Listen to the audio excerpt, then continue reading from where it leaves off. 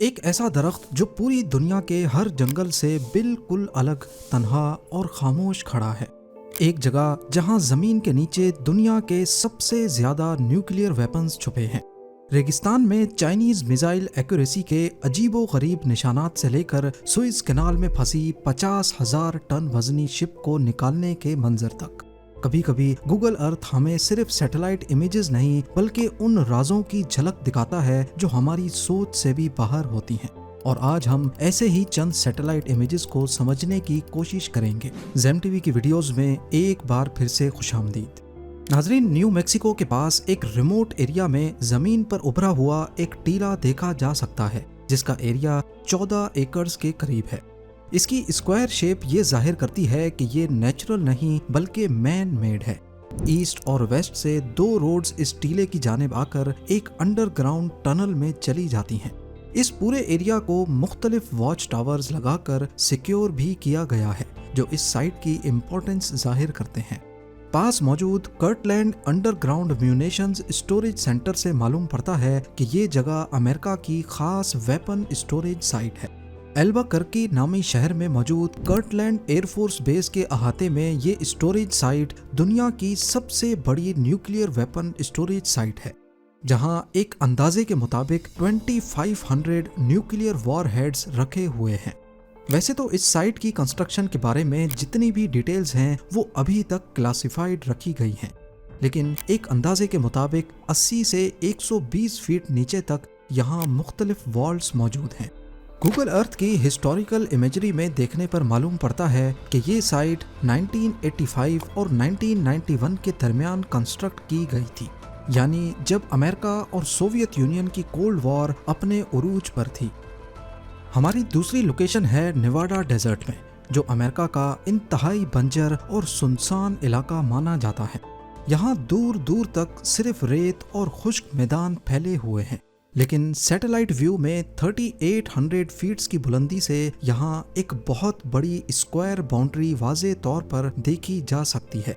इस स्क्वायर के अंदर जूम करने पर एक जगह कुछ अजीबो गरीब स्ट्रक्चर्स सामने आते हैं, जैसे HOXL अल्फाबेट्स और कई जियोमेट्रिक शेप्स। ये स्ट्रक्चर्स 18 एकड़ के रेगिस्तानी मैदान पर बनाए गए हैं और सबसे दिलचस्प बात यह है कि ये इतनी वीरान जगह पर हैं जहां से करीबी शहर भी कई 100 मील दूर हैं। तो अब सवाल उठता है, ये गुमनाम स्ट्रक्चर्स किस चीज़ के हैं और इन्हें क्यों बनाया गया? हिस्टोरिकल इमेजरी से पता चलता है कि इनकी कंस्ट्रक्शन 2006 और 2010 के दरमियान हुई थी और आसपास कई गाड़ियों के ट्रैक्स भी देखे जा सकते हैं। काफ़ी रिसर्च के बाद मालूम पड़ा कि ये जगह यूएस नेवी का फैलन रेंज ट्रेनिंग कॉम्प्लेक्स है। ये कॉम्प्लेक्स 84,000 एकड़ पर फैला हुआ है, जहां मुख्तलिफ ग्राउंड टारगेट्स बनाए गए हैं और ये स्ट्रक्चर भी उन्हीं टारगेट्स का हिस्सा है। ये बिल्डिंग्स असल में मेटल कंटेनर्स से बनाई गई हैं, जिनको खास तौर पर नकली शहर या बस्ती जैसा बनाया गया है, जिन पर air to ground missile test किए जाते हैं। इसके अलावा स्पाई प्लेन्स और सैटेलाइट्स भी इन टारगेट्स का इस्तेमाल करते हुए जूम, फोकस और कोऑर्डिनेट कैलिब्रेशन करती हैं। इसी कॉम्प्लेक्स में एक बहुत बड़ा सर्कुलर स्ट्रक्चर भी मौजूद है, जिस पर एग्जैक्टली नॉर्थ, साउथ, ईस्ट और वेस्ट की डायरेक्शन लाइंस बनाई गई हैं। ये भी स्पाई सैटेलाइट्स को कैलिब्रेट करने के लिए बनाया गया है। जब स्पाई सैटेलाइट्स जमीन का चक्कर लगाती हैं तो उन्हें ये कंफर्म करना होता है कि कैमरा का जूम सही काम कर रहा है या कहीं फोकस ब्लर है, और जिस लोकेशन को लॉक करना है वो एक्यूरेटली ट्रैक हो रही है या नहीं। इसके लिए सैटेलाइट को जमीन पर एक विजिबल टारगेट चाहिए होता है, जिसकी शेप, साइज और कोऑर्डिनेट्स सैटेलाइट को पहले से पता होते हैं, और यही काम नेवाडा डेजर्ट के ये स्ट्रक्चर्स कर रहे हैं। अब चलते हैं चाइना के टकलामकान डेजर्ट में, जहां रेगिस्तान के बीचों बीच 500 एकड़ के एरिया पर ये अजीबो गरीब ग्रिड पैटर्न बना हुआ है।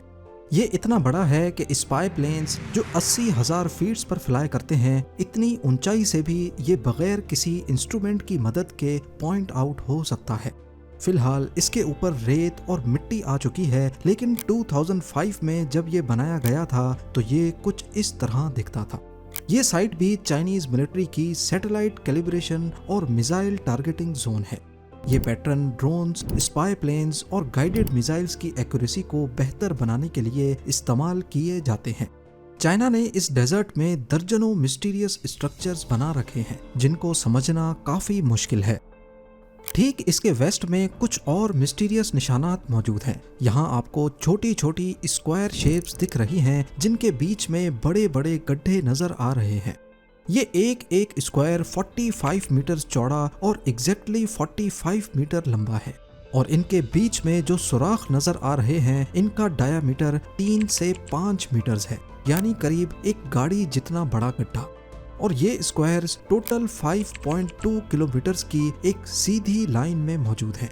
अगर एंड टू एंड एक लाइन ड्रॉ की जाए तो इनकी एक्यूरेसी इतनी परफेक्ट है कि तमाम स्क्वायर्स लाइन के साथ एग्जैक्टली पैरेलल हैं।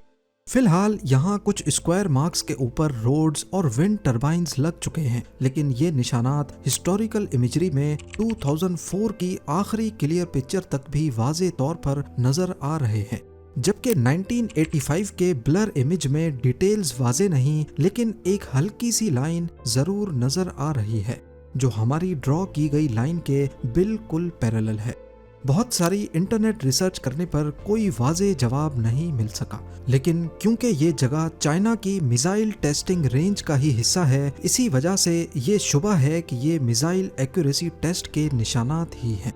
अगर वाकई ऐसा ही है तो इनकी एक्यूरेसी लाजवाब है। अब चलते हैं वेस्ट अफ्रीका के मुल्क मॉरिटेनिया में। यहाँ नोआडीबू नामी शहर में एक पोर्ट है जहाँ की कुछ ऐसी हालत है। पहली मर्तबा देखने पर कुछ समझ नहीं आता, लेकिन जूम करने पर मालूम पड़ा कि ये हजारों फिशिंग बोट्स एक दूसरे से बंधी हुई हैं। ये खास बोट्स इस इलाके में मछेरे इस्तेमाल करते हैं। मॉरिटेनिया की फिशिंग इंडस्ट्री यहाँ की जीडीपी का एक अहम तरीन हिस्सा है। यहाँ से मछलियाँ एक्सपोर्ट भी की जाती हैं, पर छोटा पोर्ट होने के बायस यहाँ इन कश्तियों को एंकर करने की ज्यादा जगह नहीं है। अटलांटिक ओशन का ये एरिया तेज तूफानों की वजह से जाना जाता है। अगर कश्तियाँ प्रॉपर एंकर नहीं की होंगी तो खासा नुकसान भी हो सकता है। इसी वजह से रोजाना मछेरे अपनी कश्तियों को एक दूसरे के साथ बांध देते हैं। इससे कश्तियां भी महफूज रहती हैं और एंकरिंग के चार्जेस सब में डिवाइड हो जाते हैं। कोविड-19 में जब पूरी दुनिया में लॉकडाउन्स चल रहे थे, उस वक्त यहाँ की फिशिंग इंडस्ट्री भी काफी मुतासिर हुई और उस वक्त यहाँ का पोर्ट इससे कहीं ज्यादा क्राउडेड था। इसका अंदाजा इस सैटेलाइट इमेज से लगाया जा सकता है जो कि अक्टूबर 2020 में कैप्चर किया गया था। अब रुख करते हैं पैसिफिक ओशन का। न्यूजीलैंड के साउथ में 635 किलोमीटर दूर पैसिफिक ओशन की वीरानियों में वाक़े ये है कैंप बेल आइलैंड। ये आइलैंड वैसे तो हरा भरा है, जहाँ ग्रासी फील्ड्स और मुख्तलिफ झाड़ियाँ पाई जाती हैं, पर हैरानी की बात यह है कि इस पूरे आइलैंड पर सिर्फ एक ही दरख्त मौजूद है और वो भी सैटेलाइट इमेज में कैप्चर हुआ है। सिटका स्प्रूस नामी ये अकेला दरख्त भी शायद यहाँ नहीं होता अगर 1901 में एक एक्सपीडिशन के दौरान इसे यहाँ नहीं लगाया जाता। गिनीज वर्ल्ड रिकॉर्ड के मुताबिक ये सिर्फ इस आइलैंड का ही नहीं बल्कि दुनिया का सबसे तन्हा दरख्त माना जाता है, क्योंकि यहाँ से 275 किलोमीटर नॉर्थ वेस्ट में ऑकलैंड नामी आइलैंड पर दूसरा दरख्त पाया जाता है। हमारी अगली लोकेशन है अमेज़न रेन फॉरेस्ट में, जो कि दुनिया का सबसे बड़ा जंगल है। सैटेलाइट इमेज में इसके कई हिस्से पूरी तरह ब्लर हैं, क्योंकि जिन लोकेशंस की हाई पिक्सल सैटेलाइट इमेज की कोई ज़रूरत नहीं होती उन्हें गूगल अर्थ अपडेट ही नहीं करता। लेकिन कुछ मकामात पर अमेज़न ट्राइब्स के हट्स स्पॉट किए गए हैं। ये जगह मौजूद है अमेज़न रेन फॉरेस्ट की गहराइयों में, ब्राज़ील वेनेजुएला बॉर्डर के करीब। बहुत ही मुमकिन है कि ये कबीला यानोमामी ट्राइब का हिस्सा हो, जो ब्राज़ील और वेनेजुएला के दरमियान डीप जंगल में रहते हैं। सैटेलाइट इमेज में जो सर्कुलर हट्स दिख रहे हैं उन्हें शबोनो कहते हैं। ये एक ट्रेडिशनल कम्युनल हाउसिंग स्ट्रक्चर होता है जहाँ पूरा कबीला एक छत के नीचे रहता है। ये लोग हंटर गैदरर्स हैं जो अपना गुजारा बंदर और मछली का शिकार करके करते हैं। इन्होंने अपनी सेटलमेंट्स ज्यादातर रिवर के आसपास बना रखी होती हैं। बीमारी की सूरत में ये जंगली जड़ी बूटियों से अपना इलाज करते हैं। ये एरिया हद से ज्यादा वीरान है, जहां से 250 किलोमीटर दूर तक भी कोई शहर नहीं है और जंगल इतना घना है कि यहाँ तक पैदल पहुँचना भी नामुमकिन है। इस पूरे रेन फॉरेस्ट में 400 से ज्यादा कबीले बसते हैं, जिनमें से 100 कबीले ऐसे हैं जिनको पता ही नहीं है कि दुनिया में और लोग भी बसते हैं।